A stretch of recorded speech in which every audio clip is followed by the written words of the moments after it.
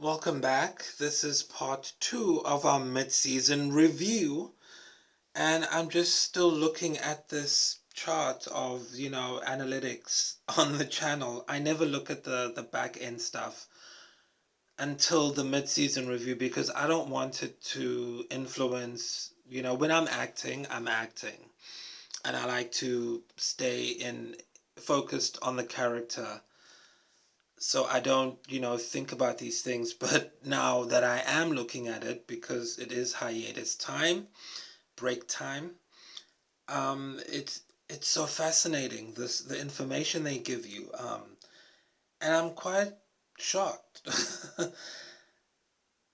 um, I'm looking at the search terms of what people are looking for to get onto my work, and I did a video again in the beginning as a character where I'm saying I'm pregnant, so give me money. And, someone looked up pregnant man. Someone looked up fellatio, where I did a voiceover short about from Mr. Bean talking about giving people blowjobs. So it seems that people do like to hear me talking about sex. Um, which is quite something, considering I like, you know, different. It's not what I expected. Let's just put it that way. But it's the character. But I guess, in acting, you have this thing, typecasting, where this is all about first impressions. People are scrolling, they see your face, they see the title, and apparently it's like, yeah, we want to hear what he has to say about sex. Okay. So now I want to talk about, so we went through all the nerdy stuff and in part 1. So go to part 1 if you want to get all that academia out the way, para-academic knowledge. Now we want to talk about the next phase.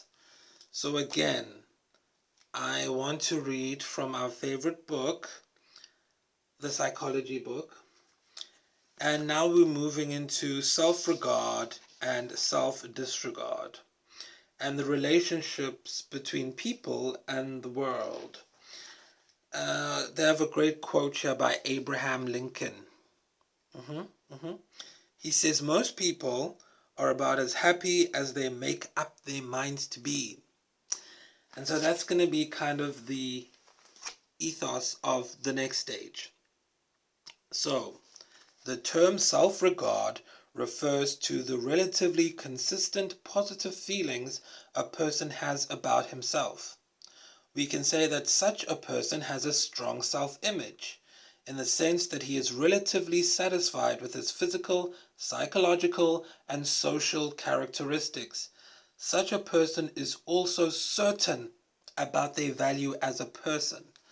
So in the next phase, I'm doubling down on the character that I'm playing for Simple, and his name is Mike. So Mike is going to double down in his strong regard for himself.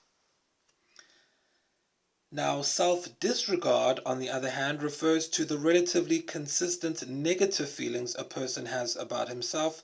Such a person has a poor self-image in the sense that he is dissatisfied with his physical, psychological, and social characteristics, and he also has no certainty about his value as a person. Now, the main difference between a person with high self-regard and a person with self-disregard manifests itself in situations where people have failed in some task or understanding or undertaking. So someone with a high self-regard would say, I failed in this task, while a person with self-disregard would say, I am a failure. Do you see the themes and the differences of how these things can play out? So my character, Mike, would say, I have failed. And we've seen that in the previous videos where he says, I've slept with all these people, but I still haven't found love. He's not saying he's a failure. He's saying, I have failed at the task of finding love, but I've gotten the physical intimacy out of the way. And then in the comment section of those videos, you had people, a man was just a man, saying that I was victim blaming, or rather that the character Mike was victim blaming, that it's not his fault, it's the feminist's fault, and it's the woman's fault. Now that person some might say, might have exhibiting tendencies of self-disregard, because they are putting the onus on the woman and the feminists to take care of their problem of being an incel. And then in those videos, there were women who came in to basically, fight that and were on my side. So essentially, it seems like women are going to be the ones I may have to appeal to more. Which I guess, it's called simple. So I guess that's working. So the development of self-regard is a complex process in which the person's interaction with the significant others in his life is of decisive importance. And so a child is very early in its life exposed to different forms of acceptance or expressions of love and approval, and rejection, where you have a withholding of love and approval from the parents. And according to Rogers, 1951, it is of paramount importance that parents should accept their children as people of value, particularly when the need for discipline arises. So, this is a brilliant point, and I just want to, leave it there and segue into Simple. So, in the very first part of Simple, the opening scene, my character, Mike, in the script, talks about how men have no direction, and it's because they didn't have any fathers growing up. And as we've just read, Rogers in 1951 said that the first place that you find acceptance as a child into building a high self-regard of yourself is from the acceptance of your parents. And so I want to lean more into that now. Now, before I didn't want to do it because it's quite a confronting thing. And in the script, I do say it, or the character says it. I'm more of the Stella Adler school of acting, not Lee Strasberg. So it's not me, it's the character. The character does say it, and there is good context for him to say it.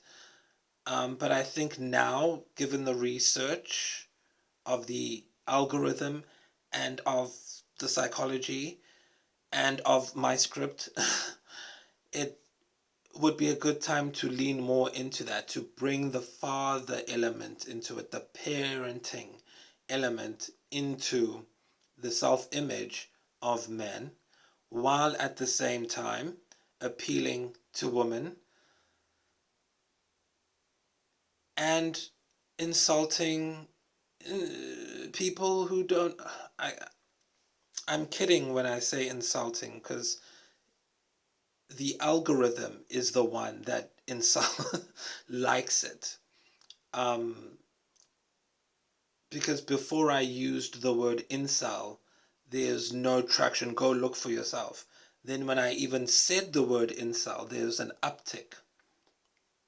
So, it's your guys' fault, not mine, or the people who program the algorithm. So we're going to add those three elements in the next the next iteration of the Michael Hunt character. And then I'm gonna play with the British accent just to add a bit of some, a bit of some. I'm gonna need to practice that one. I'm not the pheasant plucker, I'm the pheasant plucker's son, and I'm only plucking pheasants till the pheasant plucker comes, for it's pleasant plucking pheasants in the pheasant plucking season, and I'm only plucking pheasants for no other reason. Betty Botter bought a bit of bitter butter. Okay, so I'm going to have to go into that accent that is quite British while I'm explaining why men who don't have fathers are dunces when it comes to dating, and how Mike is going to be set up as this character who is offering guidance to the men's while kind of sucking up to women. And the net result of that should be what we talked about in the video before this, which is men and women should sympathize with the character but not necessarily empathize with the character. Because, I mean, this is a comedy. Oh, excuse me. This is a comedy. We're not saying that this character is someone that you want to be like, that you should look up to. We are lampooning the idea that you should look up to someone online. What we're saying is you need to have your own self-regard and then have fun and enjoy entertainment online. We're going against the idea of using the media to solve your life's problems. If you really have problems, you need to go see a therapist, a professional, not go into a deep alpha state while you're watching content and kind of hypnotize yourself. Because watching content is a hypnotic process. And if you look at the simple playlist, the material there, I explore the idea of hypnosis and how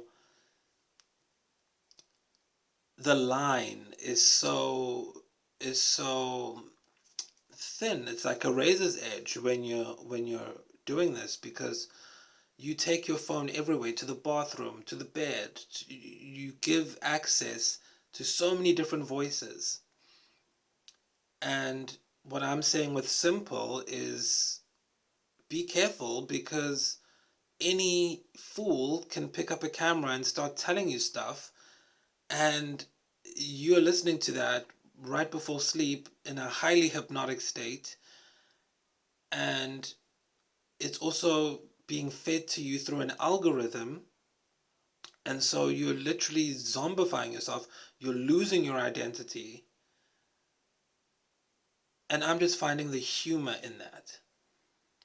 And so that's what Michael Hunt is. He's a very when I started doing the character, it was quite, I wouldn't say challenging, it was just very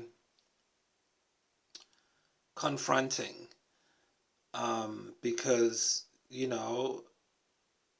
it's subject matter that I wouldn't normally talk about myself personally, but in doing it, I actually found I bonded with the character more, and it was beautiful to see people interacting in the comment section and giving their opinions. And that's what you want. You want that engagement to strike a chord with the audience, and that chord has been struck. It's just about fine-tuning it to where it harmonizes with a wider segment of the predetermined demographic.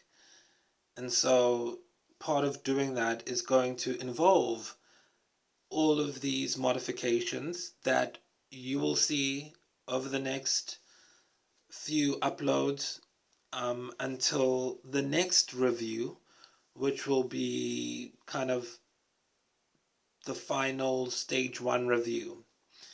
Then it'll move on to another stage, which will take into account environment. So, might be filming outside, might be, because in Simple, the environments change where it's filmed to give you that intimate feeling with the character. But for now, or until then, it's completely character work. Because how I like to work is, I like to focus on the character. I am an actor. So it's character first, then plot. And then it's theme and genre. And so even with the script that has been written now, with all of the information I've found out while doing this and gaining a closer relationship with the character, I've decided to change the last act of the script completely. It's going to take a turn just to make sure that the meaning isn't lost, that this is a comedy, that this is an absurdist comedy. It's metamodern. It's not the character. Because what I've noticed, and I guess, I don't know, maybe I should put a disclaimer or a sign on my forehead that says I'm just an actor. But some people actually take this stuff seriously. And I received some messages people asking why am I, telling people that I've slept with 70 men and women. And, I'm like, really, guys? But, that's called acting, I guess. And that's called great acting, I guess. And these are people I know, by the way. And so going through the next stage, it's going to obviously get more intense. That was just a taster. That was just a taster the past 3 months or so it's been. And so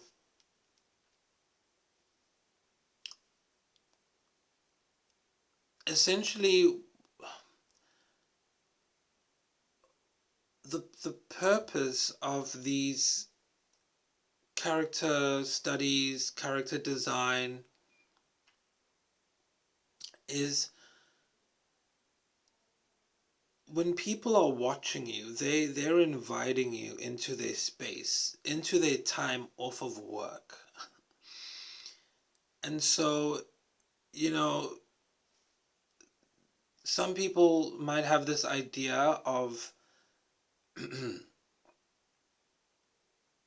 um, the difference between, a secret and a lie and an omission. And there might even be ideas of, is it fair for somebody to watch something and not know that it's a show, that it's a characterization? Um, is it a trick? Are they being tricked into reacting? And what I'd have to say to that is, just go to the about section. It's written that this is all a character study. It's based on research. It's for educational purposes. I feel like in the description boxes of the main videos, not these test videos, in the main videos, it gives a whole bunch of academic stuff. So if by now you don't know what's going on at Scribblebytes, it's not my responsibility whether you feel like you're being tricked or not. You're being entertained. And that's the point. And, you know, the thing about acting is you have to be you have to be private in public. And so if you're faking it or you're bullshitting, people are going to notice it. So I guess what I'm saying is that mitigates the effects of the trickery, because you can only be tricked if you are not good at noticing what's real and what's not real. And so, if anything, you could take this as a lesson in how to notice what's real and what's not real. Because that's a very important task, especially in the media saturated world we live in. A lot of things that seem real, like aliens falling out of the sky, are complete bullshit. And if you can't recognize that, then you're going to be walking around with an identity crisis saying, oh, we live in a hologram, there's aliens coming, I'm going to wait for the mothership instead of living my life now. And that is, it's your choice. But if you're a maverick viewer, then you laugh at that whole culture of life, where people think that this is some kind of hologram that we're living in, or a Matrix. The Matrix did it. Matrix is a movie by the Wachowskis, okay? So, I guess what I'm saying is, for the target audience, they get it. And they would laugh at that whole kind of thing. And so that's who I'm acting for. Those are my customers. Now, anyone else who stumbles upon it, that will be their responsibility to go read. Reading is fun. And find out that this is an exercise. It's it's a psychological operation.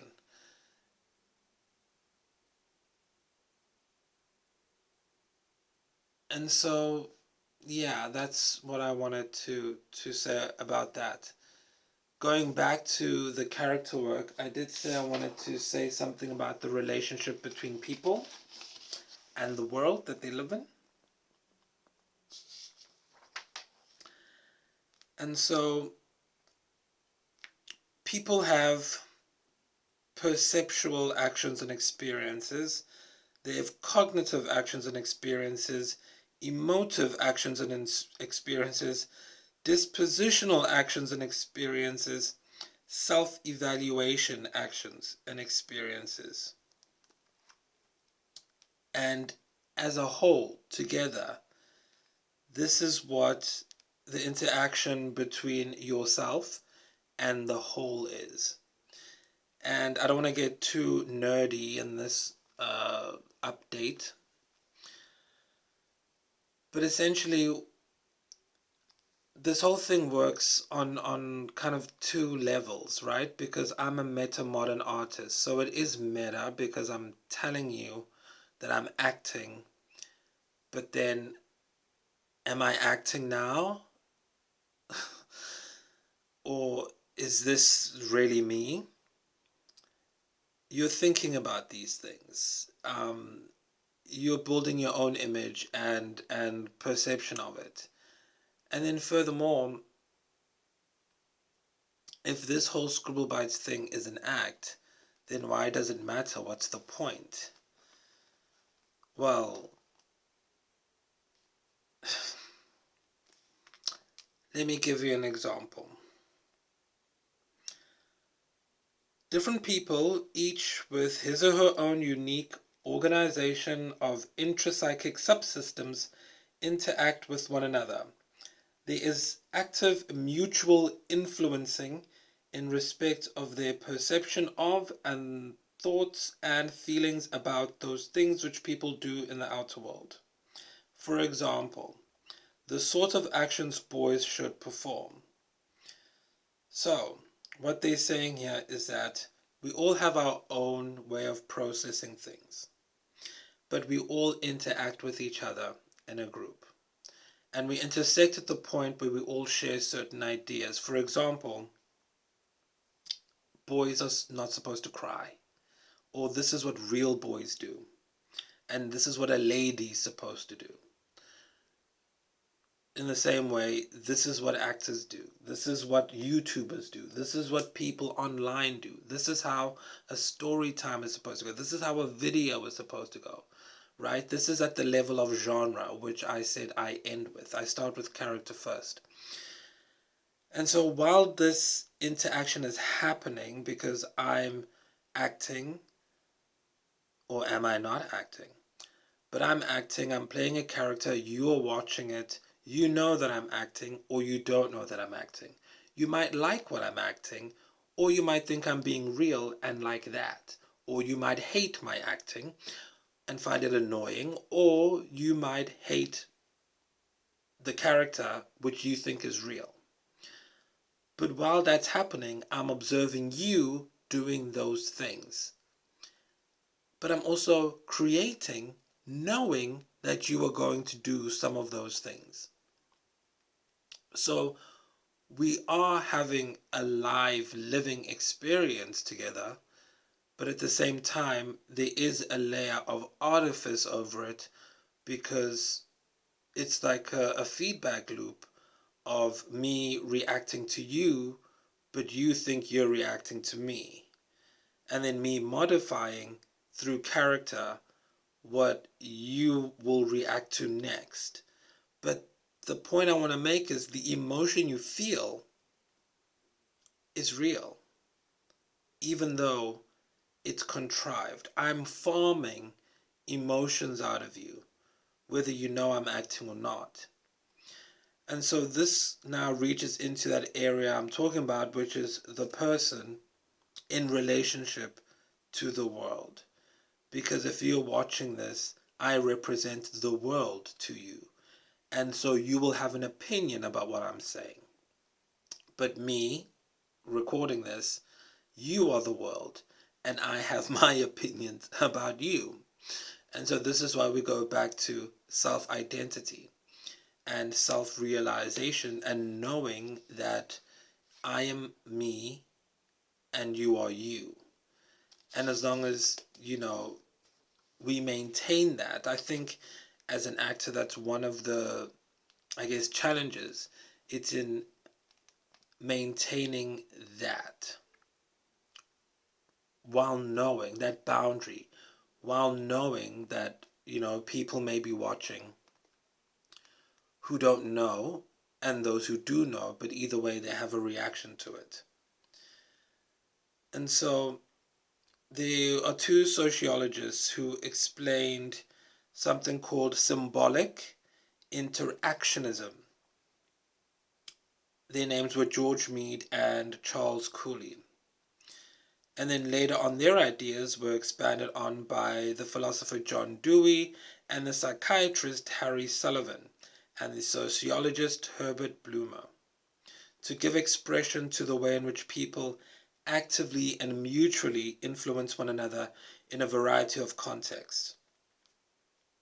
And there are four: the meaning of things, social interactions, shared meanings, and rule following. These are all the ways in which we interact with each other symbolically, and this is the kind of stuff that I'm going to be incorporating into the next iteration of the character.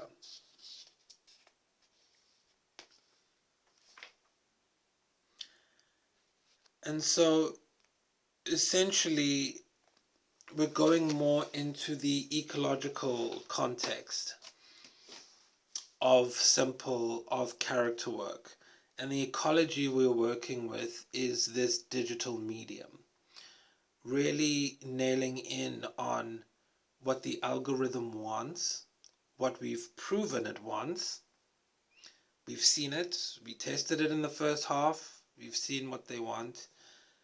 What I want as the actor, creator, and what the audience wants from the research, the field research that I did, and then bringing those together.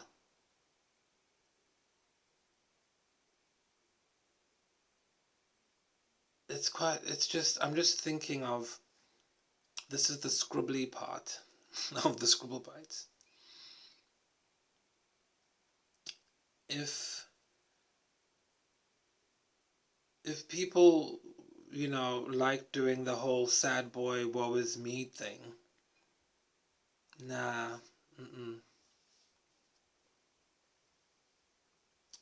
can't give into that kind of narrative. But I mean, you can see where the temptation would come in. Because I mean, if I came on here and was like, I'm an incel, women suck, help me, wah, I believe it would get more traction.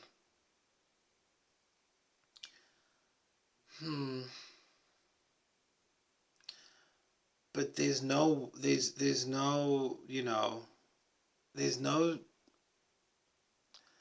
nothing redeeming about that, taking that angle.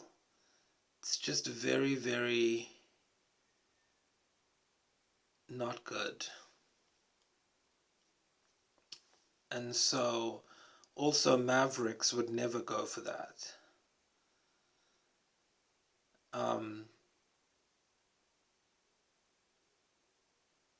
And also the style. I'm thinking of stylistic changes.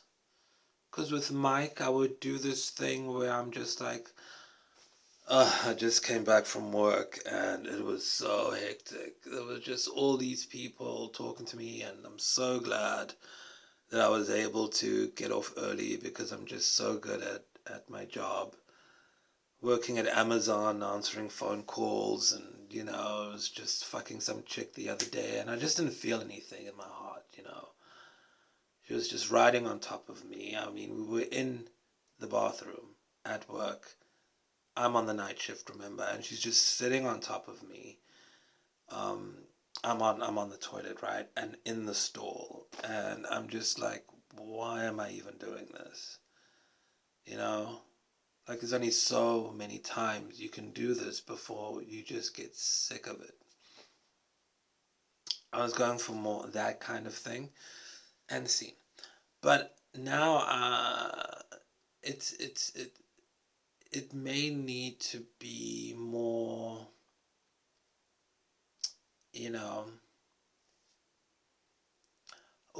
another thing. What if I cover my face? There's this gentleman who's, giving people advice, and he has this thing on his face with, I don't know, sugar-free chewing gum sewn into the thing, and it covers his face, and he gives people advice about relationships. They love him. But he always shows a bit of skin. He always has his shirt open, playing into the whole sexual thing. So there's also the Russian guy, who's like, let me tell you about, I can't do Russians, vodka. Let me tell you, if you want a girlfriend, you got to go. And people love him too.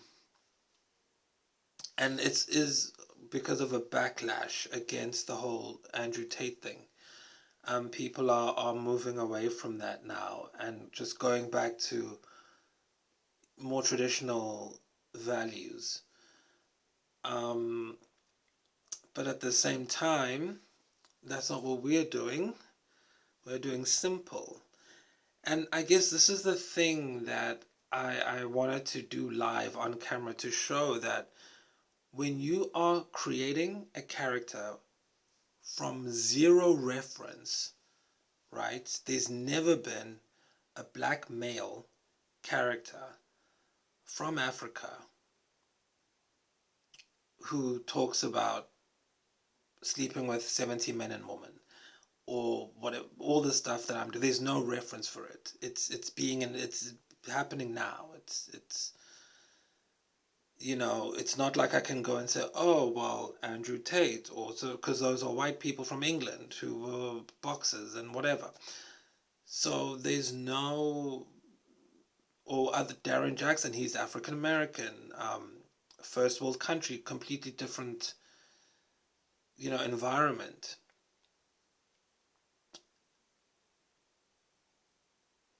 And so it is fascinating, the process of having to create a new reference point, essentially, of a character without relying on cooning and, you know, bulging my eyes out and, you know, eating chicken and watermelon.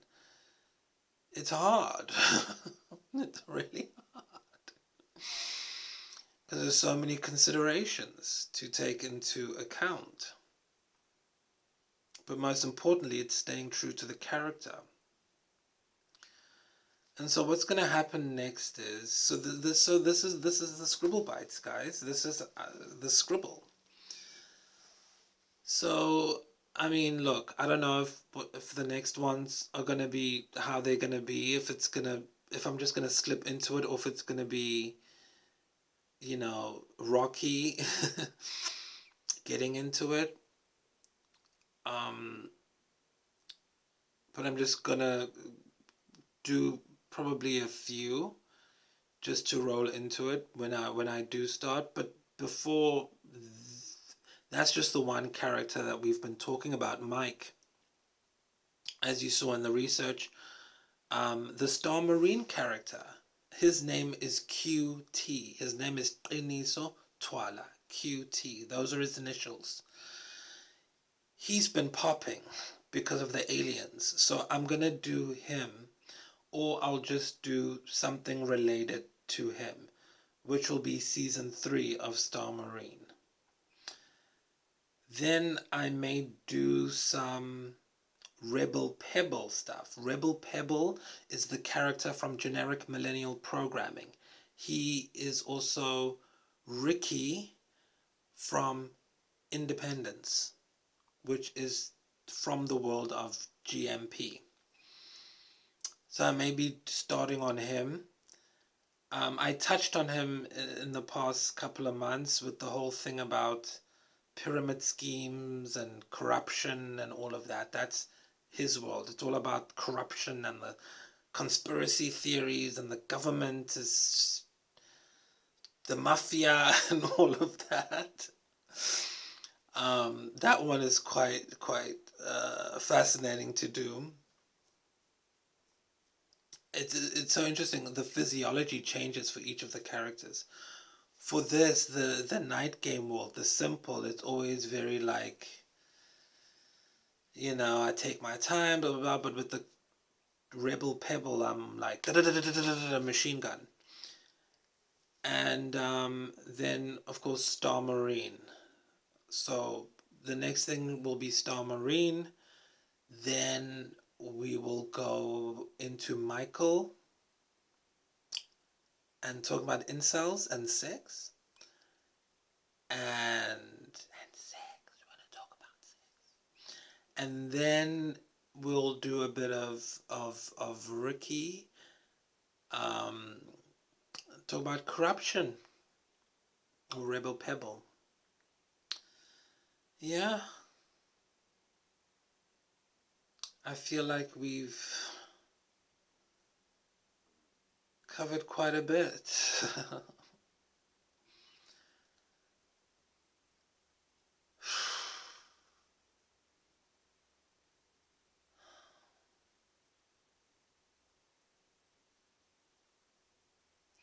Yeah, that's the mid-season review, guys.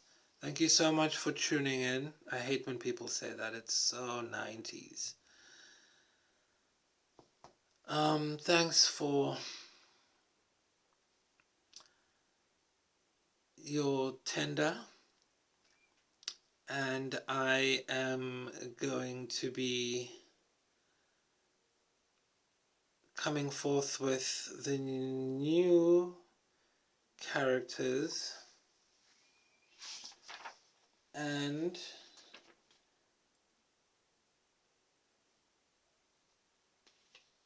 I think we should end with a quote from not Winston Churchill, from Margaret Mead, who says, "We won't have a society if we destroy the environment." And I think that sums up everything that Scribblebytes stands for, except the environment I'm talking about is your mind. We won't have a society of individuals working together towards common goals if we destroy the environment. I was talking to somebody and he told me that he thinks that the reason why the world is so focused on science and making science the be-all and end-all, saying that, oh, Earth is just random, we're just a speck of dust in the galaxy's multiverse, whatever. There are 10 million realities. He was saying that he thinks it's because the powers that be, Illuminati, whatever you want to call it, that they want you to have a loss of identity, so that you think, oh, well, who cares? I'm just a random person. I don't matter. So what if, we go to war and kill 10 million people? It's just random. Anyway, who cares? So I thought that was quite interesting, that a point that he brought up. I'm not saying it's my belief or my whatever. I'm an actor, I don't have beliefs. None that I would ever share.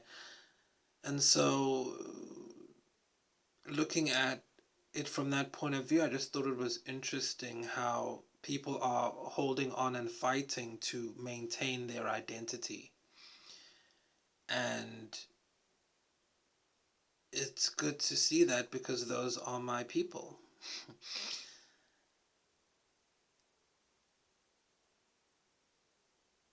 Yeah.